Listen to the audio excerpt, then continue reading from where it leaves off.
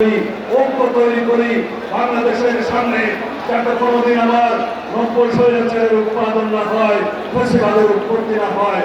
আমরা সেই রকম একটি সংবিধান চাই, সেই রকম একটি রাষ্ট্র কাঠামো চাই, সেই রকম রাষ্ট্র সংস্কার করতে চাই, যে রাষ্ট্রের মধ্যে আর কোনোদিন কোনো স্বৈরাচারের উৎপত্তি হবে না, আর কোনোদিন সংসদীয় ফেডারের উৎপত্তি হবে না, আর কোনোদিন রাষ্ট্রে স্বৈরাচারের ফ্যাসিবাদের উৎপত্তি কোনো প্রজনন স্থল হবে না। এই দেশে আমরা জানি 200 বছরের ব্রিটিশ শাসনের সময় ইস্ট ইন্ডিয়া কোম্পানি যে লুটপাট করেছিল, তার চাইতেও বহুগুণ লুটপাট করেছে আওয়ামী ফ্যাসিবাদী শক্তি। তারা বিগত 15-16 বছরে প্রতি বছর 2 লক্ষ কোটি টাকা করে মোট প্রায় 30 লক্ষ কোটি টাকা এদেশের জনগণের সম্পদ বিদেশে পাচার করেছে।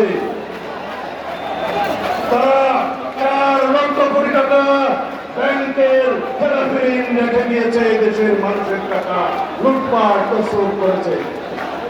মেগা প্রকল্পের নামে 2,80,000 কোটি টাকা মেগা দুর্নীতি করেছে এই ফ্যাসিস্ট হাসিনা। তারা বাংলাদেশে সেই রকম রাজনৈতিক বিবেচনায় ব্যাংকিং খাতে লোন দিয়েছে, ঋণ দিয়েছে, সেই ঋণ দিয়ে 24টা পদ্মা সেতু করা যেত, এই কথা আমি বলছি না।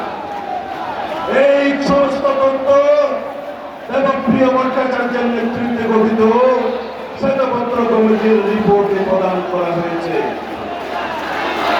আমরা আজকে আওয়ামী দুর্নীতির ইতিহাস মানুষকে স্মরণ করিয়ে দিতে চাই। আমরা যেন পরস্পর ফ্যাসিবাদ বিরোধী গণতান্ত্রিক আন্দোলনে এই সমস্ত শক্তি আছেন, তারা যেন আমরা ঐক্যবদ্ধ হই। আমাদের একমাত্র শত্রু, রাজনীতির শত্রু, এই দেশের জনশত্রু শেখ হাসিনা এবং আওয়ামী লীগকে পরিচয় করে। এটাই আমাদের শত্রু। আর আওয়ামী লীগের ইতিহাস যদি বলতে চাই, আপনাদেরকে স্মরণ করিয়ে দেওয়ার জন্য, আওয়ামী লীগের জন্মলগ্ন থেকে আজ পর্যন্ত আওয়ামী লীগ কোনোদিন গণতন্ত্র বুঝেনি। গণতন্ত্র তারা বিলুপ্ত করেছে, স্বৈরতন্ত্রের তারা প্রতিষ্ঠা করেছে। তারা বাংলাদেশে হত্যা যজ্ঞের রাজনীতি করেছে, কখনো রক্ষী বাহিনীর মাধ্যমে, কখনো রাষ্ট্রীয় সন্ত্রাসের মাধ্যমে, কখনো ছাত্রলীগ যুবলীগের মাধ্যমে।